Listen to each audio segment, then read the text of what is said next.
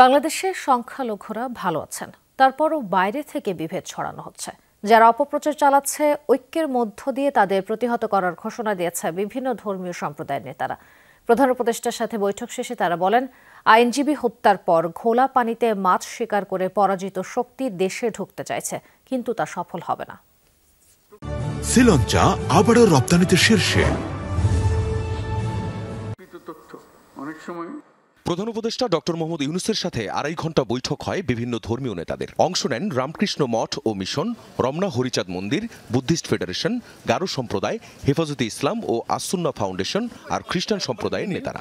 আমরা একটা পরিবার, বাংলাদেশে আমরা একটা পরিবার। আপনারা কি বলেছেন? আমরা বলেছি সম্প্রীতির কথাই। আমরা শান্তি চাই, আমরা কোনো দলের পক্ষ না, কোনো আমরা রাজনীতি করি না, আমরা শান্তির পক্ষে। বৈঠক শেষে হিন্দু নেতারা বলেন, বাংলাদেশে হিন্দুরা ভালো থাকলেও বাইরে থেকে বিভেদ ছড়ানো হচ্ছে। আমাদের মধ্যে ঢুকে একটা বিশৃঙ্খলা তৈরি করে তাদের স্বার্থ হাসিল করে, এটা আমরা চাই না। এটা হলো বাংলাদেশ। আমরা বাংলাদেশের সকল জাতিরাই সমানভাবে বাঁচতে চাই এবং বেঁচে আছি, কোনো তো সমস্যা নেই। খ্রিস্টান সম্প্রদায়ের পক্ষে ফাদার আলবার্ট রোজারিও বলেন, কঠিন সময়ে সবাইকে ঐক্যবদ্ধ থাকতে হবে। ভারতের মিডিয়া উস্কানিমূলক কথা বললেও দেশের মানুষ ধৈর্যের পরিচয় দিয়েছে। এই মুহূর্তে আমাদের বাংলাদেশ একটা কঠিন সময়, আমরা একটা স্পর্শকাতর অবস্থার মধ্যে আছি, তাহলে আমাদের ঐক্যবদ্ধ থাকতে হবে। বুদ্ধিস্ট ফেডারেশনের নেতারা বলেন, এদেশের সব ধর্মের মানুষের ঐক্য জানান দিতে একটি আন্তর্জাতিক সম্মেলনের পরামর্শ দিয়েছেন তারা।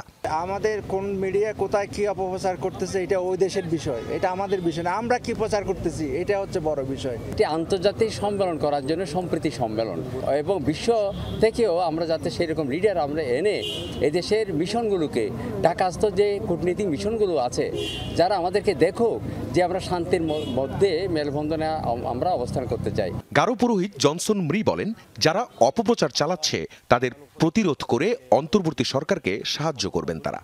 আমরা ঐক্যবদ্ধ হয়েছি, যে মিডিয়ায় অপপ্রচার চালাচ্ছে তাদের আমরা প্রতিরোধ করব। হেফাজতে ইসলামের নেতারা বলেন, ভারতেই বরং সাম্প্রদায়িক সম্প্রীতি নেই, দেশের স্বার্থে সবাই ঐক্যবদ্ধ থাকার কথা বলেন হেফাজত মহাসচিব। আমরা অমুসলিম ভাইদেরকে পাহারা দেই, তাদের মন্দিরকে পাহারা দেই, সকলে মিলে দেশের বিরুদ্ধে যারাই ষড়যন্ত্র করবে তাদেরকে ঐক্যবদ্ধভাবে কঠিন হস্তে দমন করব ইনশাআল্লাহ। এদেশে ধর্মীয় সম্প্রদায়ের মধ্যে কোনো বিভেদ নেই উল্লেখ করে আসুন্না ফাউন্ডেশনের প্রতিষ্ঠাতা শায়খ আহমদুল্লাহ বলেন, সংখ্যালঘুদের নির্যাতনের ব্যাপারে আলাদাভাবে মনোযোগী হতে হবে। বাংলাদেশের মানুষ যেভাবে ধর্মীয় সম্প্রীতির উজ্জ্বল উদাহরণ তৈরি করেছে, এটা পৃথিবীতে আসলেই বিরল। কোনো প্রপাগান্ডায় যেন আমরা কেউ কোনোভাবে পা না দিই। উপদেষ্টা মাহফুজ আলম বলেন, জুলাই আগস্টে বাংলাদেশে যে গণহত্যা হয়েছে, ভারতকে আগে এর স্বীকৃতি দিতে হবে।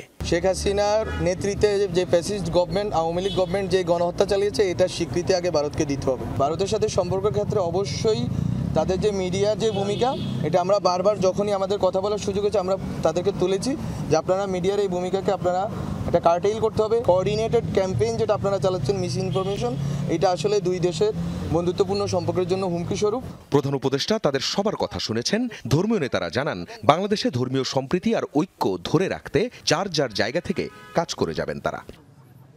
আখলাকুস সাফা, যমুনা নিউজ, ঢাকা।